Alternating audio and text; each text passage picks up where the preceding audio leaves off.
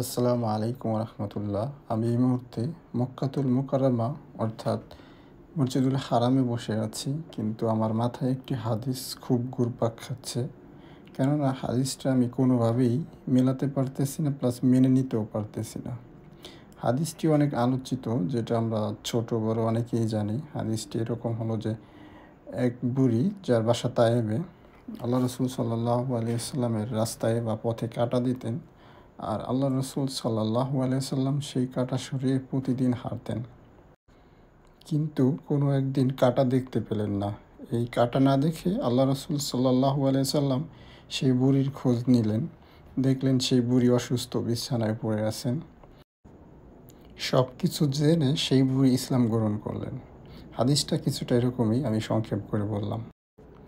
যে কারণে আমি হাদিসটি মেনে নিতে পারি নাই, সেটার মূল কারণ হচ্ছে আল্লাহ রসুল সাল্লাল্লাহু আলাইহি ওয়াসাল্লামের বাসা হচ্ছে মক্কা, আর সেই বুড়ির বাসা হচ্ছে তায়েব। মক্কা আর তায়েবের মধ্যে ডিস্টেন্স হচ্ছে 92 কিলোমিটার। কিন্তু আল্লাহ রসুল সাল্লাল্লাহু আলাইহি ওয়াসাল্লাম তায়েবে মাত্র একবার গেছেন ইসলামের দাওয়াত দেওয়ার জন্য। আর তাছাড়া ছোটোবেলা কেটেছে তার তায়েবে। আর দাওয়াত দিতে গেছিলেন সাকিব গোত্রের কাছে বা তায়েববাসীদের কাছে, কিন্তু তারা খুব বাজেভাবে সেটা প্রত্যাখ্যান করলো।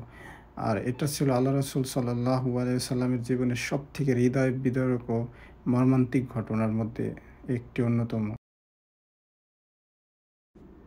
এরপর আল্লাহ রসুল সাল্লাল্লাহু আলাইহি সাল্লাম হজের মৌসুমগুলোতে বিভিন্ন গোত্রের কাছে সাহায্য চাইতেন, যাতে তাকে আশ্রয় দেয় বা ইসলাম গ্রহণ করে বিভিন্নভাবে। কিন্তু যখন কোনো গোত্র না পেয়ে ফাইনালি আল্লাহ সিদ্ধান্ত করে দিয়েছেন মদিনা মুনওয়ারা, যা তৎকালীন ইয়াসরিব নামে পরিচিত ছিল, সেখানে হিজরত করেন 13 বছর শেষে। বাকি 10 বছর খুব ব্যস্ত সময় কাটান সেখানে, কেননা এই 10 বছরে টোটাল যুদ্ধ অভিযান নিয়ে 70টা সামরিক অভিযান পরিচালনা করেন, যুদ্ধ অভিযান নিয়ে সব কিছু মিলিয়ে। এরপরে মক্কা বিজয় করেন। মক্কা বিজয়ের পরে তায়েববাসীর সাথে একটি যুদ্ধ হয়, যেটা হুনাইনের যুদ্ধ নামে পরিচিত। এক পর্যায়ে মুসলিমরা যুদ্ধে বিজয় হয় এবং তায়েববাসী হেরে যায়। ফাইনালি সব কিছু মিলিয়ে তায়েববাসী ইসলাম গ্রহণ করে। এরপরে আল্লাহ রসুল সাল্লাল্লাহু আলাইহি ওয়াসাল্লাম বিদায় হজের ভাষণ দেন এবং মদিনায় ফিরে যান। অসুস্থ হয়ে যান। অল্প সময়ের মধ্যে আল্লাহ রসুল মৃত্যুবরণ করেন। তাহলে আমার প্রশ্ন হচ্ছে, আল্লাহ রসুল সাল্লাল্লাহু আলাইহি ওয়াসাল্লাম তায়েবে কখন গেলেন? সেখানে বুড়ির বাড়ি আছে, কিন্তু আল্লাহ রসুলের কোনো চিহ্ন পর্যন্ত নাই। সেটা কিভাবে সম্ভব? হাদিসটি যেভাবে বর্ণনা করা হয়েছে, পথে কাঁটা দিতেন সেই বুড়ি, এরকম একটা ঘটনা ঘটতে গেলে একাধিকবার চলাফেরা থাকতে হবে সেখান দিয়ে।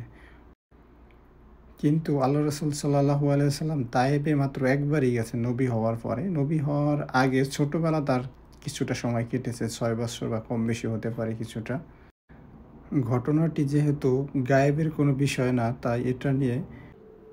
তাই হাদিসটি ভৌগোলিকভাবেই ভুল প্রমাণিত হয়। কেননা তৎকালীন যাতায়াতের ব্যবস্থা ছিল উট, ঘোড়া অথবা পায়ে। তাই কোনোভাবেই সম্ভব না প্রতিদিন 80 কিলো বা 90 কিলোমিটার মক্কা থেকে যে সেখানকার কোনো একটা নির্ধারিত রাস্তা দিয়ে চলাফেরা করা। আর আল্লাহ রসুল সাল্লাল্লাহু আলাইহি সাল্লামের সাথে তায়েবের সাথে মাত্র দুটো ঘটনাই পাওয়া যায়। একটা হচ্ছে যে তায়েববাসী তাকে আঘাত করছে, এই একটা, আর এই বুড়ির একটা ঘটনা। তাছাড়া আর অন্য কোনো ঘটনা পাওয়া যায় না সাধারণত। তাহলে এই হাদিসটি কীভাবে সত্য হওয়ার সম্ভাবনা থাকতে পারে? তবে আশ্চর্যের বিষয় হচ্ছে এটাই, বাস্তবে যেই বুড়ির কোনো অস্তিত্বই নেই, সেই বুড়ির বাড়ি আজও 1500 বছর যাবৎ টিকে আছে। কিভাবে সম্ভব এটা? একটি মিথ্যে কতটা জোরালো আর কতটা শক্তিশালী হলেও 1000 বছর যাবৎ টিকে থাকতে পারে, তা অপমান সহকারে, যদিও যার কোনো অস্তিত্ব নেই। আল্লাহ রসুল সাল্লাল্লাহু আলাইহি সাল্লাম এমন একজন নবী, এমন একজন ব্যক্তি, যার প্রশংসা করার জন্য মিথ্যে কোনো ঘটনার প্রয়োজন নেই। স্বাভাবিকভাবেই আমরা তার যথাযথ প্রশংসা করতে সক্ষম নয়। এই হাদিসটি ছোটোবেলা থেকে শুনতে শুনতে বড় হয়েছি, যা শুধু মানুষের মুখে মুখেই শুনছি। হাদিসটি অনেকেরই জানা, ছোট বড়।